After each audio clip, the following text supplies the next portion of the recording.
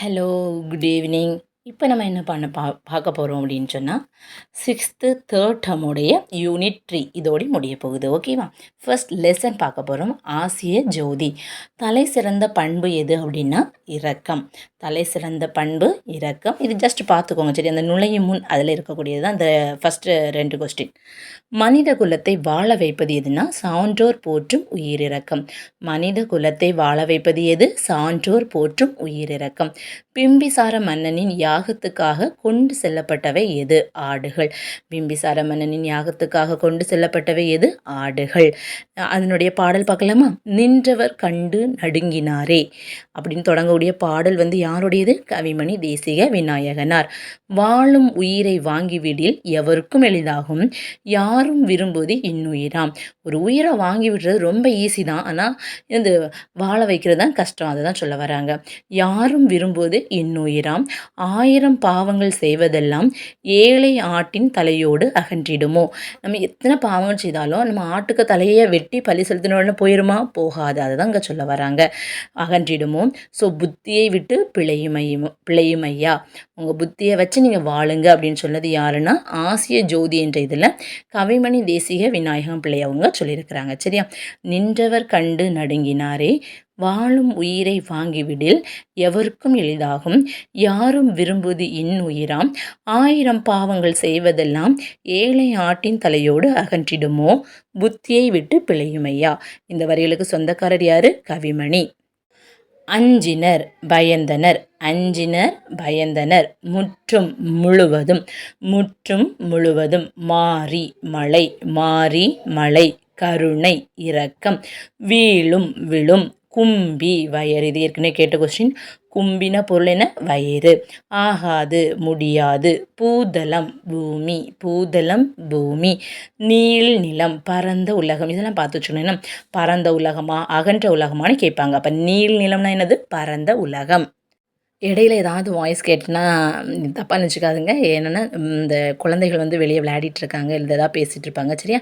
இடையில ஏதாவது ஒரு சின்ன சின்ன டிஸ்டர்பன்ஸ் வந்துச்சுன்னா கொஞ்சம் அட்ஜஸ்ட் பண்ணிக்கோங்க. சரியா?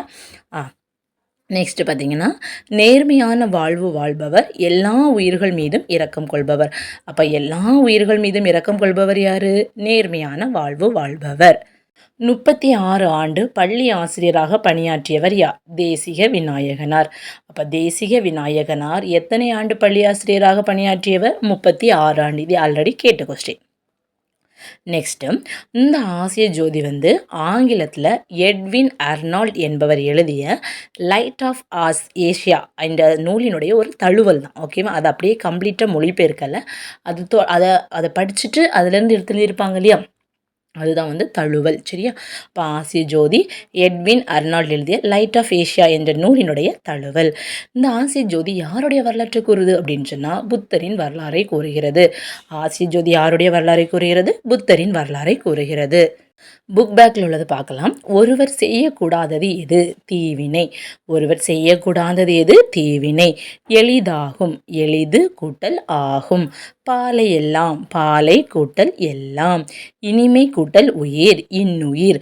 மை விகுதி வந்திருக்கா? அப்போ இன்னுயிரில் எங்கேயாவது மை வந்திருக்கா? இல்லை. அப்போ மை வந்து மறைஞ்சு வந்திருக்கு. அப்போ இது என்னது? பண்பு தொகை. ஞாபகம் வச்சுக்கோங்க. மலை கூட்டல் எல்லாம். மலையெல்லாம். அரசனாலும் செய்ய முடியாதது எது? வீழும் உடலை எழுப்புவது. அரசனாலும் செய்ய முடியாதது எது? வீழும் உடலை எழுப்புவது. அதாவது இறந்தவர்களை உயிர்ப்பிப்பது. எறும்பு எதற்காக பாடுபடுகிறது? உயிர் பிழைக்க பாடுபடுகிறது. அப்போ எறும்பு உயிர் பிழைக்க பாடுபடுகிறது. ஒரு நாளும் நம்மை விட்டு செல்லாதது எது? நம்ம செய்த நல்லவையும் விட்டு செல்லாது, நம்ம செய்த தீயவையும் விட்டு செல்லாது. அப்போ ஒரு நாளும் விட்டு செல்லாதது எது? தீயவையும் நல்லவையும். நேர்மையான இரக்கமனம் கொண்டவரால் உலகம் முழுமையும் ஆள முடியும். யாரால் உலகம் முழுமையும் ஆள முடியும் என்று கவிமணி கூறுகிறார்? நேர்மையான இரக்கமனம் கொண்டவரால் உலகம் முழுமையும் ஆள முடியும். பார் அப்படின்னா என்னது? உலகம். பார் என்று சொல்லி எதில் இடம்பெற்றிருக்கு? பெரும்பானாற்று படை. நெக்ஸ்ட் லெசன் பார்க்கலாம். மனித நேயம். எல்லா உயிர்களிடமும் அன்பு செலுத்துதல் தான் என்னது? மனித நேயம். எல்லா உயிர்களிடமும் அன்பு செலுத்துதல் தான் என்னது? மனித நேயம். தமக்கென முயலா நோன்றால் பிறர்க்கென முயலுனர் உண்மையானே. தமக்கென முயலாமல் பிறருக்கென செய்வது தான் என்னது? நல்லது அப்படின்னு இந்த யார் சொல்கிறாங்க? புறநானூறு. தமக்கென முயலா நோன்றால் பிறர்க்கென முயலுனர் உண்மையானே. இது என்னது? புறநானூறு. வாடிய பயிரை கண்டபோதெல்லாம் வாடினேன். ஏற்கனவே படித்தது வள்ளலார். வடலூரில் சத்திய தர்மசாலை அமைத்து அனைவர்களுக்கும் உணவு கொடுக்கறது யாரு? வள்ளலார். அப்போ வள்ளலார் அமைத்த சத்திய தர்மசாலை எங்க இருக்கு? வடலூர்ல இருக்கு. இதுவும் நீங்க ஹிஸ்டரி ஐஎன்எம்ல படிப்பீங்க, சரியா? அப்போ சத்திய தர்மசாலை எங்க இருக்கு? வடலூர். யார் அமைச்சது? வள்ளலார். அமைதிக்கான நோபல் பரிசு பெற்றது யாரு? அன்னை தெரசா. தொழில்நோயாளிகளை எல்லாம் தொட்டு தூக்கியவர், அப்படிதானே? நெக்ஸ்ட், வாழ்க்கை என்பது நீ சாகும் வரை அல்ல, மற்றவர் மனதில் வாழும் வரை அப்படின்னு சொன்னது யாருன்னா அன்னை தெரசா. வாழ்க்கை என்பது நீ சாகும் வரை அல்ல, மற்றவர் மனதில் வாழும் வரை சொன்னது யாரு? அன்னை தெரசா. நெக்ஸ்ட், குழந்தைகளை பாதுகாப்போம் என்ற ஒரு இயக்கத்தை நடத்தியவர் யாருன்னா கைலாஷ் சத்யார்த்தி. குழந்தைகளை பாதுகாப்போம் என்ற ஒரு இயக்கத்தை நடத்தியது யார்? கைலாஷ் சத்யார்த்தி. இவர் என்ன பண்ணியிருக்காருன்னு பார்த்தீங்களா? அவங்களோட சாதனையை பாருங்கள். 30 வருஷத்தில் 86,000 குழந்தை தொழிலாளர்களை மீட்டு உலக குழந்தைகள் கல்வி உரிமைக்காக 103 நாடுகளில் 80,000 கிலோமீட்டர் நடைபயணம் செய்தவர் யார்? இந்த கைலாஷ் சத்யார்த்தி. 30 ஆண்டு, 86,000 குழந்தை தொழிலாளர்கள், 80,000 கிலோமீட்டர் நடைபயணம், 103 நாடுகளை யார்? கைலாஷ் சத்யார்த்தி. அவர் என்ன ஒரு வார்த்தை சொல்லியிருக்கிறாருன்னா, குழந்தைகளை தொழிலாளர்களாக மாற்றுவது மனித தன்மைக்கு எதிரான குற்றம். உலகத்தை நம்ம யார் கண் கொண்டு பார்க்கணும்? குழந்தைகள் கண் கொண்டு பாருங்கள், உலகம் அழகானது. இதுவும் கேட்ட கொஸ்டின் தான். உலகத்தை குழந்தைகள் கண் கொண்டு பாருங்கள், உலகம் அழகானது. யார் சொன்னாங்க? கைலாஷ் சத்யார்த்தி. புக் பேக் பார்க்கலாமா? தம் பொருளை கவர்ந்தவரிடமும் அன்பு காட்டியவர் யாருன்னா வள்ளலார். தம் பொருளை, அதாவது தங்க கடுக்கன்னு ஒரு திருடன் வந்து திருடியிருப்பான். அப்போ ஒரு காதில் மட்டும் கலத்திருப்பான். இவர் திரும்பி படுத்து இன்னொரு கதையும் காட்டியிருப்பார். அதான் தம் பொருளை கவர்ந்தவரிடமும் அன்பு காட்டியவர் யாரு? வள்ளலார். டேஸுடன் வாழ்பவர்களால் உலகம் இயங்கிக் கொண்டிருக்கிறது. மனித நேயத்துடன் வாழ்பவர்களால் உலகம் இயங்கிக் கொண்டிருக்கிறது. நெக்ஸ்ட் லெசன், முடிவில் ஒரு தொடக்கம். தம் மகனினுடைய துடிக்கும் இதயத்தை கொடையாக தந்த வள்ளல்கள் யாரு? அசோகன், புஷ்பாஞ்சலி. இவங்களுக்கு அவங்களுடைய இருதயத்துக்கு ஏற்ற மகன் அப்படின்னு சொல்லிட்டு தான் அவங்க பையனுக்கு ஹிதேந்திரன் அப்படின்னு சொல்லிட்டு பெயரிட்டிருந்தாங்க. பெற்றோரின் உள்ளத்தை கொள்ளை கொண்டவன், அதனால ஹிதேந்திரன் அப்படின்னு பெயரிட்டாங்க. இவங்களுடைய ஊர் என்னன்னா திருக்கழுகுன்றம். திருக்கழுகுன்றம். இவங்க வந்து என்னதுன்னா ஒரு ஆக்சிடெண்ட்டில் மூளை சாவு அடைஞ்சிருப்பாங்க. இந்த பெற்றோர்கள் 2 பேருமே டாக்டர். அதனால அவங்க என்ன பண்ணாங்கன்னா தன்னுடைய பையனுடைய தங்களுடைய இதயத்தை கொள்ளை கொண்ட அந்த ஹிதேந்திரனுடைய இதயத்தை இன்னொரு சிறுமிக்கு வந்து பொருத்தியிருப்பாங்க. ஸோ உலகத்தில் நம்மளுடைய இதில் வந்து முதன்முறையாக இந்த உறுப்பு மாற்று அறுவை சிகிச்சை செய்யறதுக்கு காரணமாக இருந்தது யார் அப்படின்னு சொல்லலாம்.